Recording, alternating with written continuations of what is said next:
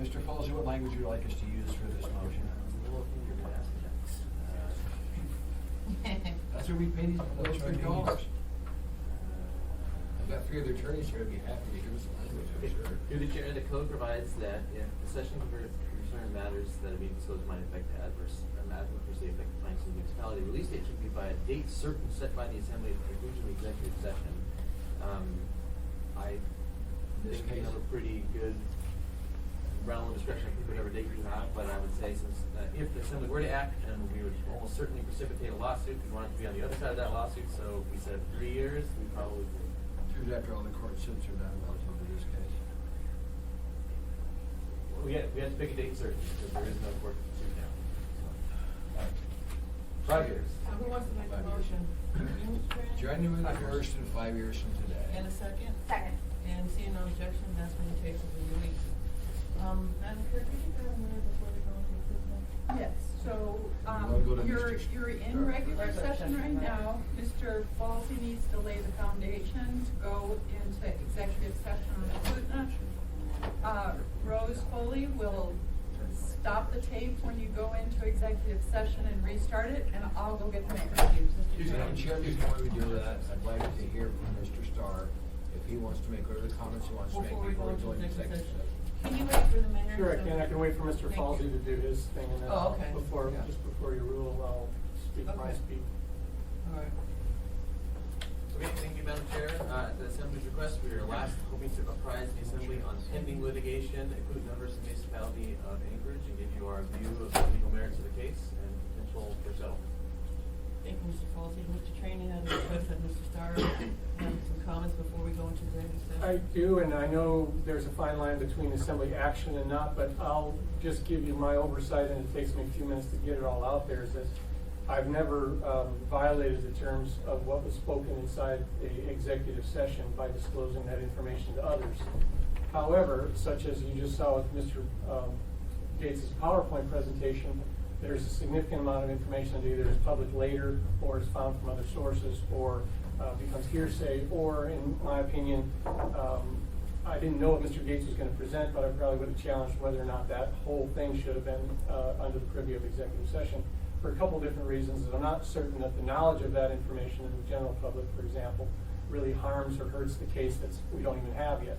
The other thing is Mr. Gates is paid for by the municipality resources, and I think the public has a right from case to case to hear what we're delivering in terms of service products. So that's one example. However, there's other categories, such as myself, that have actively engaged the conversation. To be blunt with you, I've been trying to negotiate an out-of-court settlement or foster one or push one in that direction. And I've been first patient, a year ago patient, 7 or 8 months less patient, 6 months ago probably not very patient, and now I've run out of steam in terms of being polite. So the idea that I can get on the record aspects of where I've had involvement is for two purposes: either to rule that that's an executive conversation and shouldn't be talked about ever in public.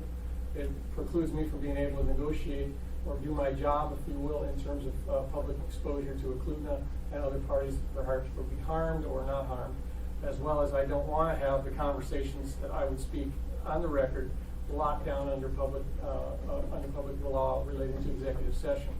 There's a couple matters that are just pragmatic. You saw that my amendment go out for financial funding of a potential lawsuit.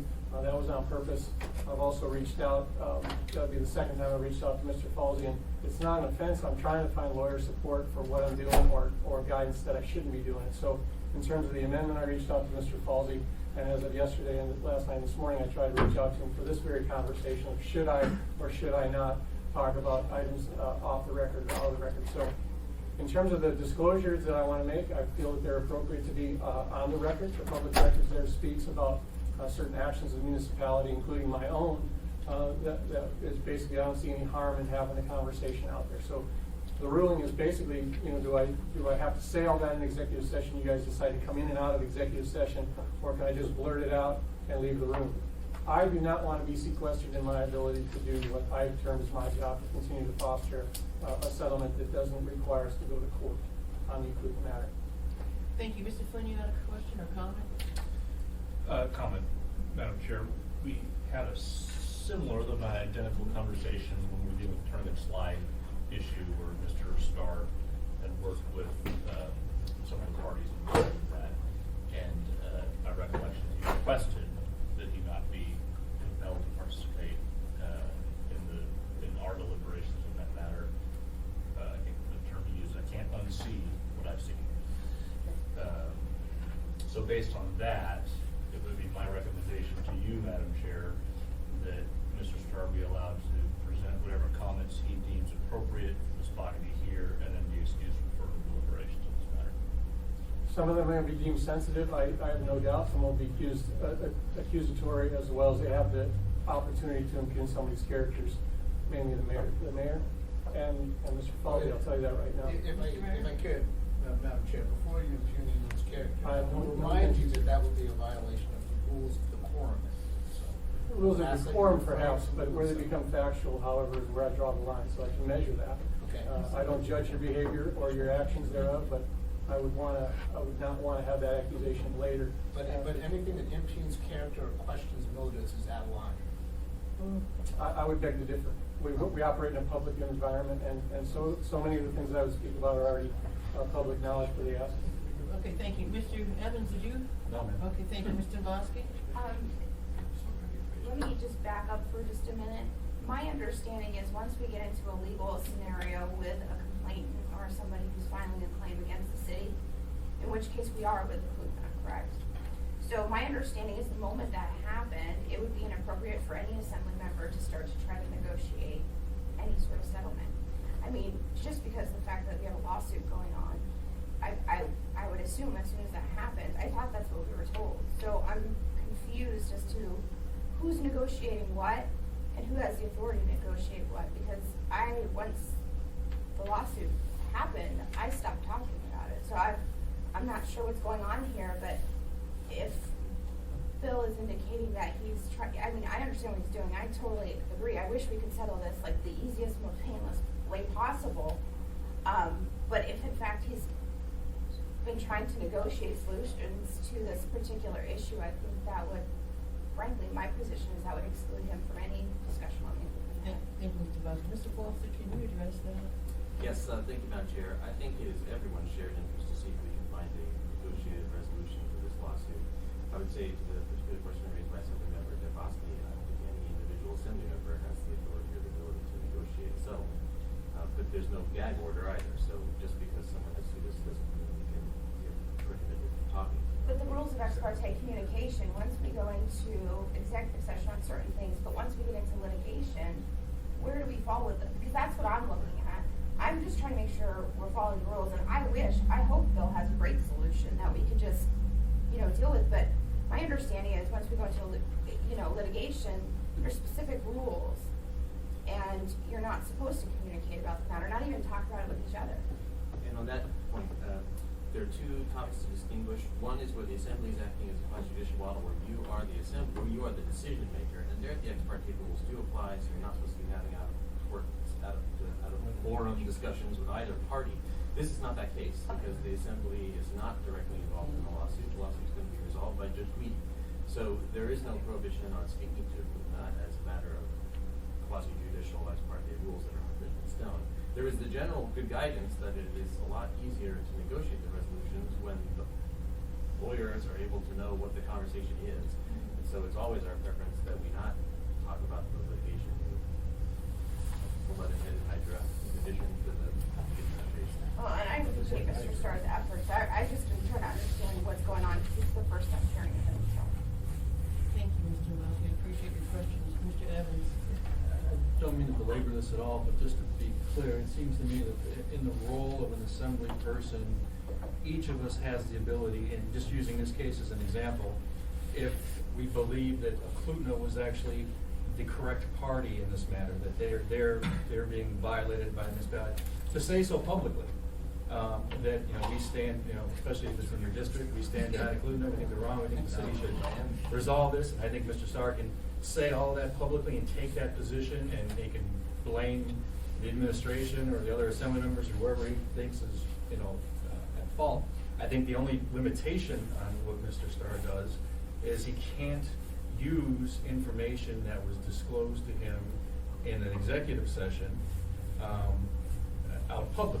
He has that restriction, which I guess gets to the heart of what he's saying here, is he doesn't want to be constrained, so I think he should absent himself, right? If nobody compels him to be here for an executive session, I think if he's outside the room and then therefore can't use anything that's said that has the privilege behind it, he should be fine to be, to say what he wants to the press or in any public meeting, I think. That's correct. Thank you, Mr. Evans. For more to that Mr. matter, Starr? it's a matter of not only not disclosing what's said to you folks from the administration, but I very much want the conversation of what I know to be part of the public record, not from an influential perspective, but because I think it's the appropriate nature. I have the highest regard for the financial, the fiduciary responsibility I've tendered to the city. So the idea that I talk about the merits of the case is part of it. Do I want a $50 million settlement told to us by the courts, or do I want to settle potentially out of court? We all have that responsibility, I think, from a fiscal perspective. But I look at the other things that are less tangible financially, as well as for the relationship building. If the Eklutna shuts down available land development, where are those financial conversations, and where does that play into play? Much less just the pure nature that in these particular cases we have basically a citizen corporation in a lawsuit with their own government. That to me is where I come at it. But there are pragmatic material items that I feel that are appropriate to talk about in public. Maybe you would deem that they're very confidential and you shouldn't say it. But by the same token, if they're said inside the executive session qualifications, I don't see any value in not speaking about them in public the way we're handling the lawsuit. If that's a personal opinion, I'm happy to say it later, but by the same token, if I leave here and I talk to the press or I talk to the folks at Eklutna, and just so by happenstance some of this information that gets disclosed inside this conversation will be hard to prove, I didn't hear it. I didn't hear it, but I want you to hear what I have to say, and I can certainly do that in a AIM, or I can do it in another public forum, and I will. Thank you, Mr. Starr. And keep in mind, folks, we're moving kind of fast. We're not in executive session yet. Ms. Tucker. Thank you, Madam Chair. My 2 cents on this to Mr. Starr, who was able to, and to the body also, but Mr. Starr was able to ask what I would advise the body on this in the absence of being able to reach Mr. Falsey. I think that it's a two-pronged situation, as Mr. Starr has said, and my advice to him was that he do a disclosure in executive session of the things that he wanted that he brings without knowing. Then it's on the record what he knew when and what he did, because otherwise he's talking about things, and as he said, he wasn't at the executive session, but people wonder, well, how did he know that? What did he mean? Did somebody else at the executive session talk to him? And then we get into a situation where was there a breach of confidence by anyone in here? And so he can make that disclosure, and when he wants to say on the record, I thought it might be helpful because it did have a process that could potentially have confidential information, that he do that disclosure to the body in executive session before the determination was made by council on any part of that the city might find uncomfortable or interfering with whatever the city is going to be telling us. Thank you, Ms. Tucker. Mr. Starr, comments you have to give me? Well, again, it's like the example I use with Mr. Gates is I don't know what the municipality is going to say in terms of that. So if I could ask a few questions as to the scope of what they intend to talk about, is there a hard and fast presentation that you have the terms and conditions of an out-of-court settlement worked out, or is it merely that we're still working on one? Through the chair, I'll say the presentation is largely not going to be anything that would cause problems if Mr. Starr heard and he did elsewhere, with the single exception of when we start to talk about the potential details of a potential settlement. So preamble is all necessary to make sense of that conversation, but that isn't going to cause municipality any harm if that's revealed. I guess that's the best I can give you. But we're here to give you a status on the case and our honest take on what the legal risks and sideboards are. I say let them do that outside of executive session, and then I can decide to leave or not leave. That information exchange will be helpful for me to kind of package my thoughts and decide what to do. Cluton is not my client. I'm not going down that path, other than when they reach out to me, I reach back. And that's the case. It hasn't so far been detail-driven to that. I know some of the terms and conditions that the municipality is talking about, basically from the chairman of their board and their CEO of Cluton. They're releasing it to me.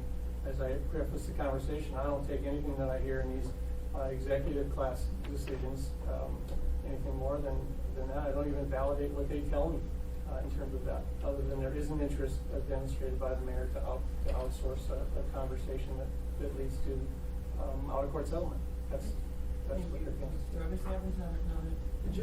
Actually, just to raise the issue, since Mr. Starr mentioned that he doesn't work for Cluton, I do. I represent them on other matters, nothing to do with this. I've never had any conversations with the Cluton regarding this issue. But just so it's clear on the record, I don't think it presents a conflict. It does. But it does? Yeah. You represent, you're out. Okay, that's fine with me. I get tossed when my wife represents Yes, you somebody. do. And you will be. But I do represent the Have a nice afternoon. Thank you, Mr. Evans. This is the first I've heard of that, because I think we have other executive sessions on includement, and you were there, but thank you for sharing, and I'm gonna have to agree with Mr. Flynn that you probably should not participate. Thank you. I would really like Now we're for down to us, 10. I would really like for us to move on, and let me just say this, okay? Mr. Trainee and I asked for this executive session because we wanted an update on includement. Yesterday I asked Mr. Falsey if he thought that we could have an update without going into executive session, and he said no. Therefore, Mr. Trainee, I think it's time to make the motion. Okay. If you Let want me to just put comment. one piece of information as I leave from that, and this is the recent information, and I'll just tempt you with this, and if there's not anything earth-shattering or anything like that. But at about 20 to 9, the CEO of Cluton called me, summarized the meeting that he had with administration yesterday, and says the only reason that they're at the table negotiating out-of-court settlement is because of me and my involvement.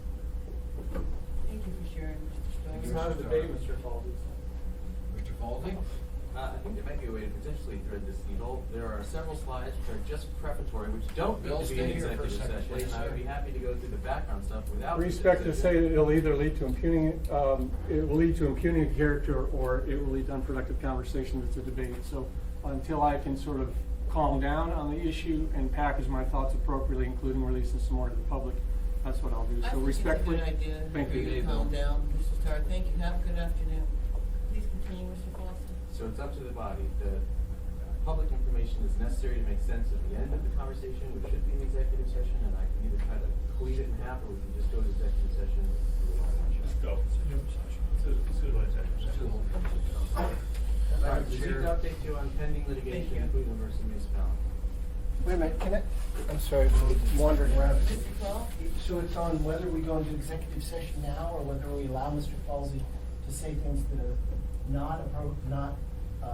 that can be publicly discussed without affecting the municipality, in open session. I prefer to do those things that he thinks can be done without affecting our finances or. I appreciate your comments, Mr. Croft, and I have to agree with you. If there is anything you can say publicly, Mr. Falsey, I would prefer that you do that, and then we'll go into executive session. All right. Thank you. With that long preamble, thank you, Madam Chair. So today we are going to update you on the Cluton versus municipality lawsuit. I think just to give you a quick background before we get into the current state of play. As a reminder, this is a lawsuit about the landfill gas at the Anchorage Regional Landfill. The case is largely being managed by outside counsel Neil O'Donnell, inside by Ralph Sam. To remember how we got here, it is helpful to have a little bit of background. Go back to 1982, a lot of people had different problems. The state had taken a bunch of Chugach Park that Eklutna said was theirs. Eklutna had a land entitlement under Anilka, under ANCSA, that it couldn't actually fulfill because there was no unrestricted federal land left. And the municipality had a promise from the state to get a bunch of land, but again, there was no land to give the municipality. So there wasn't a timeline set in federal statutes that if you can work this all out by 1982, end of 1982, we'll have a grand resolution. There was a lot of negotiations, and there was a grand resolution. They looked at this map and they said, there is one way to solve this. The state and Kootenai can clean up their Chugach lands, and meanwhile, the remaining entitlements could be passed out if ever Elmendorf and Fort Richardson cease to exist. So there was a grand resolution that said, if and when the military stops existing, those lands will be partitioned between the state and the Kootenai. The state will give all the lands that it owes to the municipality, and the Kootenai will keep it. And we will pick at that time who gets what. And if we can't decide who gets what, we'll take it as tenants in common, setting up potentially the messiest divorce in history.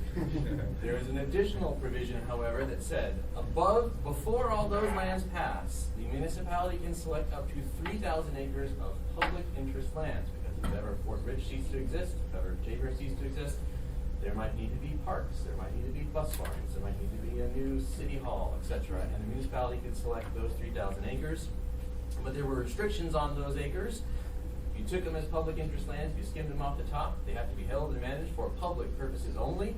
And this is where the lawsuit gets started, in the event that any of these lands are sold, leased, rented, or otherwise put to an income-producing use, the Kootenai shall be entitled to a 50% share of the net revenue attributable to the land as opposed to the improvements constructed thereon, and nothing requires you to share reasonable user fees. The dump site, the ARL, is on Nala land, and there's even some more history here where the Knowles administration got the dump by directly going to the federal Congress and getting a fiat that said the dump site is yours, notwithstanding Nala, which has caused a lot of bad blood and informs this conversation even to today. So this may be where I want to say, I want to give you my honest view of the case, and so it may be helpful at this point to say, it would be You good. better be doing an executive session, I think, Mr. Walton. What you've done is public. And, Mr. We're Trini. discussing tax policy, so Thank you. we need to, Madam Chair, we need to go into executive session, deal with the Kootenai versus MOA, a legal matter, affects the finances of the city. Thank you, Mr. Trini, but Mr. Falsey, if there's anything else that you Add feel it in. that you can say before we go to executive session, I would prefer that that happen. You know, I realize if I jump over this slide, I can tell you this slide. So what has happened in the case today? Here are verbatim quotes from the judge. At an oral argument in May 2015, the judge, who will be trying the case because there is no jury in this case, said, as a logical proposition and in terms of the plain meaning of what's going on and the science of how the landfill gas is generated, I think the Muni has a strong case. In the written order that came out of that oral argument, he later said that Kootenai will be challenged to prove the damages it seeks. That what they're arguing is that they're entitled to 50% of all the landfill gas that is generated at the landfill, and said even more fully, the evidence establishes a reasonable basis for the municipality's decision to deny a Kootenai share of landfill gas. On its face, the income sharing clause indicates that if we sold mineral, gravel, timber, stuff that was on the land when we got it, the Kootenai should get 50%. When it was in 1982, nobody probably figured out that there was going to be any landfill gas. But unlike minerals, gravels, and timber, the landfill gas did not pre-exist the landfill. It was not lying dormant in or on Kootenai's land. Landfill gas, a combination of methane and carbon dioxide, does not generally occur. In the Muni's view, it is in effect developing its own refuse rather than a Kootenai's land. I think now I would like to pivot to telling you. Who's the judge? Guidi. And he'll try this case? Yes. Mr. Falsey? Hold on, we need to approve Mr. Trini's motion before he Good executive session, Madam Chair. Second the motion. Thank you, Mr. Flynn. Thank you, Mr. Trini. You done? See You no can go. objection, we're in